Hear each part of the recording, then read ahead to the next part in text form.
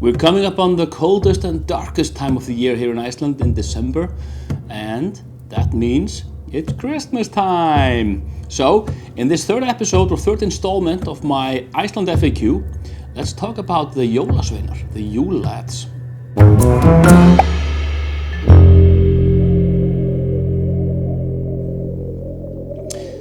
To set the stage properly, try to imagine Iceland a couple of centuries ago. Obviously no electricity, the winter has an extremely short day and very biting cold weather.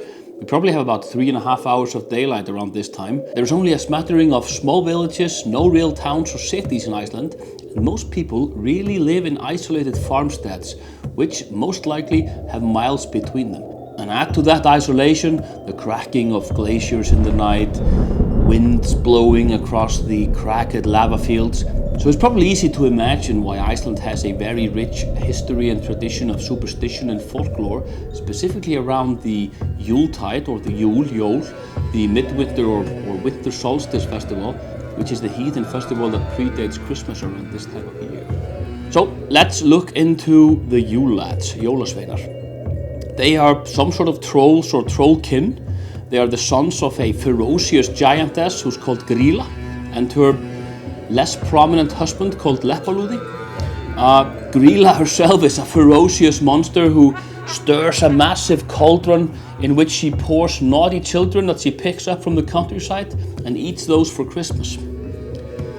The family also has a pet, Jólakötturinn, the Christmas cat or the Yule Cat, which is a massive monster as well, stalks the countryside, and what does it do? Yes, it looks for children that did not receive any new clothes for Christmas and eats them.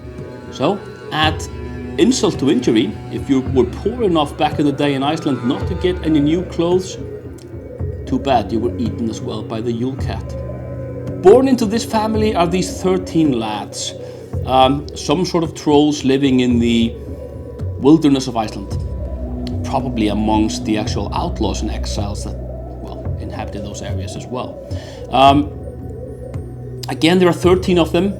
They're not seen year-round. They just start appearing one by one in the days leading up to Christmas. One each night. The first one arrives on December 12th, and they come in sequence, one per night, and stay over Christmas. And then the day after Christmas, they start leaving again in the same order that they arrived. So the last one leaves on January 6th, not to be seen again for a year almost.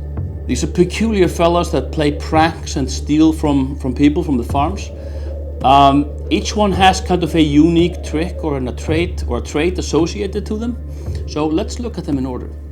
The first one, Stekkjastur, arrives on the 12th of December, or the night of the 12th of December. He's this gangly fellow with stiff legs who prowls the outskirts of the sheep fences or sheep cotes, where he actually hopes to get an opportunity to drink some milk directly from the female sheep. The second brother, Giljagur or Gullygog, skulks around the outskirts of the milk sheds, waiting for the milkmaid to leave so that he can actually skim the top of the milk from the pail and drink that.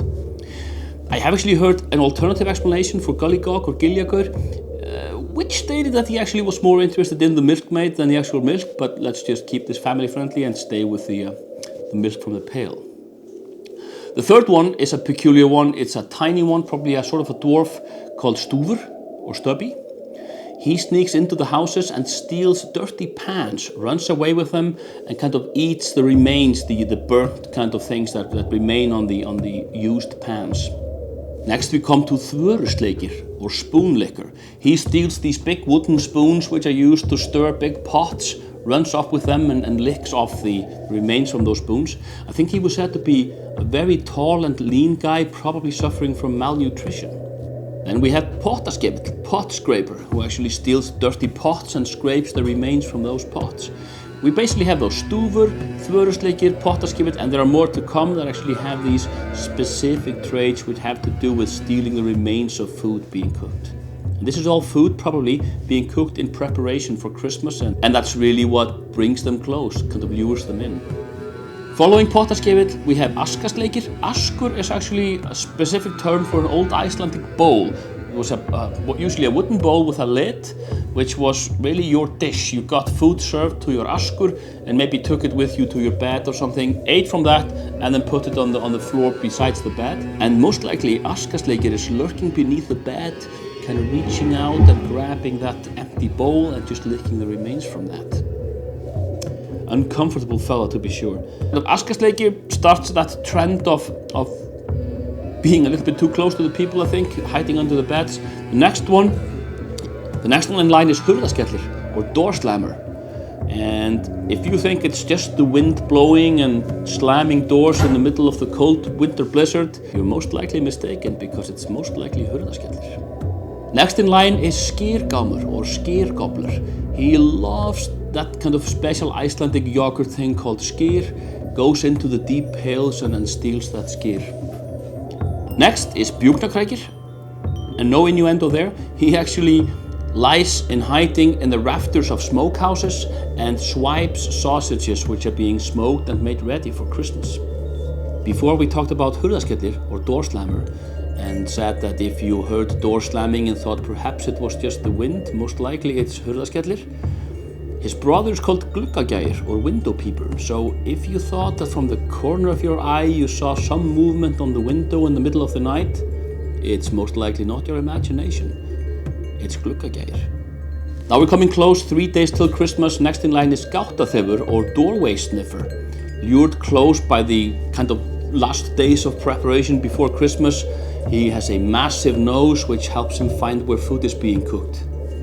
The day before Christmas we have kjötkrókur, or meat hook, who actually comes in and steals those nice big juicy pieces of smoked lamb that are being prepared for Christmas. Then on the 24th of December, the night before Christmas, which is actually the main festivity here in Iceland, we have kertasníkir, or candle stealer. Keep in mind that back in the day candles were usually made from animal fat, tallow. So, in a pinch, they were actually edible, so most likely candle stealer stalked the little children with their precious candles on Christmas Eve and stole them from them to actually eat them. Candles, not children, that's what his mother does. Now, over the years, these guys have changed a little bit. They're no longer as malevolently mischievous as they were. They're still a little bit naughty, but they kind of turn it the other way around. So what happens in Iceland now is that each one of those evenings, those 13 evenings leading up to Christmas, children leave their shoes in the windowsills of their rooms, kind of our version of the Christmas sock on Christmas Eve in some other parts of the world. And each of these Yule Lads, they actually show up, and rather than stealing something, they place a little treat in those shoes for the children to enjoy. They've also updated even their garb a little bit. I mean, they still oftentimes appear in traditional old Icelandic clothing, but they seem to have learned a little bit from Saint Nick, and now even start sometimes appearing with a big old jolly grey beard and a massive red suit also. So I think they're as much slaves to fashion as everybody else. So yeah, this was my short overview of the Icelandic Yule Lads. I hope it was interesting at least. If you have any questions, please post them in the comments below. If you liked the video, please, if you haven't done so already, click the like button, subscribe if you'd like to know more, and I'll see you in the next one.